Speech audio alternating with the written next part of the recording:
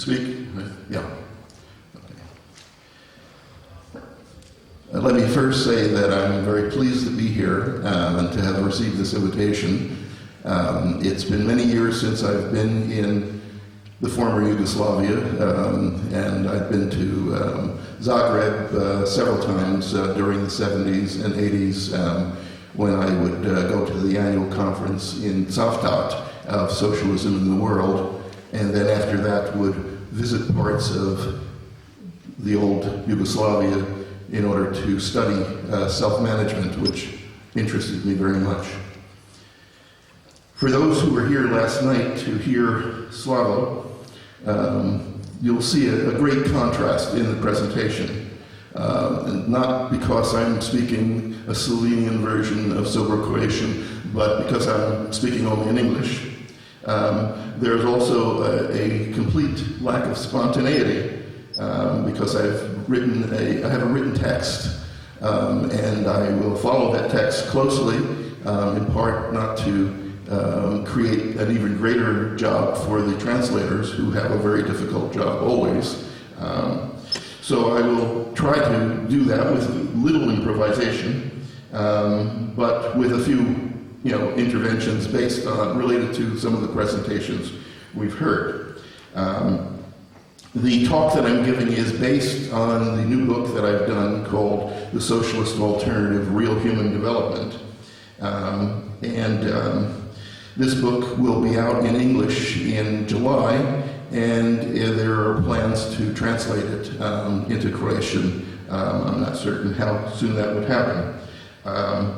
And let me just say that from the comments that have been made by Streko and others, I may disappoint people here because I'm not going to be focusing on concrete developments in Venezuela.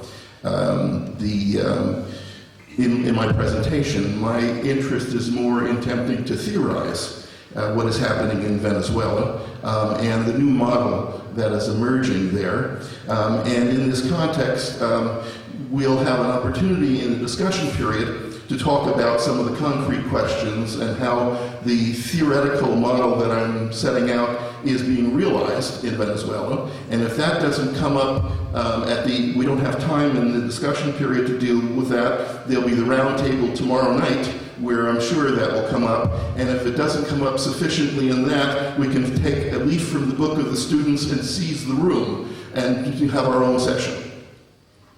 So let me begin.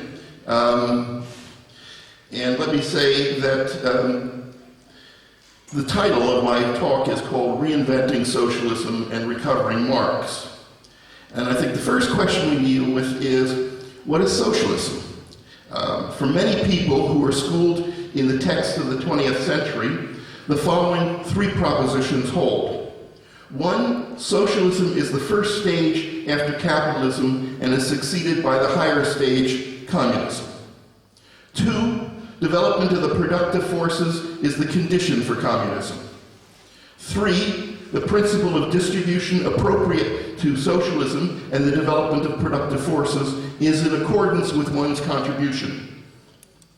In short, socialism in this received doctrine is the stage in which you develop productive forces and thereby prepare the way for the higher stage. Further, an important characteristic of the socialist stage is the place of material incentive. Sorry? Am I going too quickly, or no? That characteristic is the application of what is called the socialist principle, from each according to his ability to each according to his work. To a significant extent, these propositions can be traced back to Lenin. It's well known, too, that these propositions were accepted as the theoretical foundations for attempts as disparate as the Soviet model and the Yugoslav self-management model to build socialism in the 20th century. They have that in common. And those were attempts, we know, that ended up in what Marx called, in the Communist Manifesto, a miserable fit of the blues. The question I pose then is whether we don't have to reject these propositions, not only based on the face of their historical experiments, but also as a distortion of Marx. So what I'm going to be talking about here is talking about what I call the three rejects, the three propositions we must reject. I'll talk also about the concept of socialism for the 21st century, and also about, in this context, the Yugoslav self-management model. We have to reinvent socialism.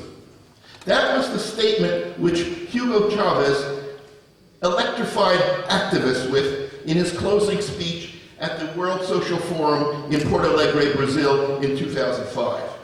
And he said, it can't be the kind of socialism that we saw in the Soviet Union, but it will emerge as we develop new systems that are built on cooperation, not competition. And he said, if we're ever going to end the poverty of the world, of the majority of the world, capitalism must be transcended. But, quote, we cannot resort to state capitalism, which would be the same perversion of the Soviet Union. We must reclaim socialism as a thesis, a project, and a path, but a new type of socialism, a humanist one, which puts humans and not machines or the state ahead of everything, end of quote. In short, neither expansion of the means of production nor direction by the state should define the new socialist society. Rather, what Chavez is saying is human beings must be at its center. And this is the specter that is haunting 21st century capitalism in the 21st century, the specter of socialism for the 21st century. And at its core is the key link, a term from Lenin, the key link of human development and practice. And this concept of human development and practice can be found very clearly in the Bolivarian Constitution of Venezuela, which was established in 1999. In that Constitution's explicit recognition in Article 299 that the goal of a human society must be that of ensuring overall human development, in the Declaration of Article 20 that the focus that everyone has the right to the free development of his or her own personality, and the focus of Article 102 upon developing the creative potential of every human being and the full exercise of his or her personality in a democratic society, this theme of human development pervades the Constitution. But there's more. This Constitution also focuses on the question of how people develop their capacities and their capabilities. That is, how overall human development occurs.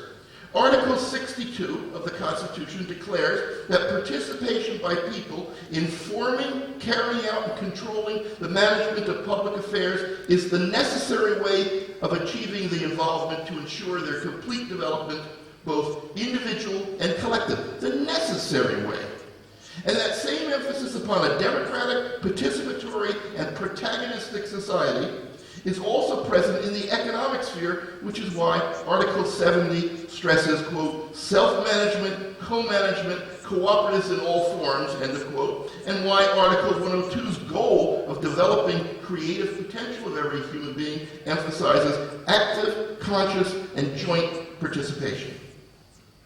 This key link, this focus on human development and practice and protagonism as the necessary way is familiar. It was Marx's key perspective. It's at the core of Marx's perspective. The young Marx, for example, envisioned what he called a rich human being, one who has developed his capacities and capabilities to the point where he is, quote, able to take gratification in a many-sided way, the rich man profoundly endowed with all the senses, end of quote. And he said, in place of the wealth and the poverty of political economy come the rich human being and the rich human need. But it wasn't only a young, romantic, so-called pre-Marxist Marx who spoke so eloquently about rich human beings.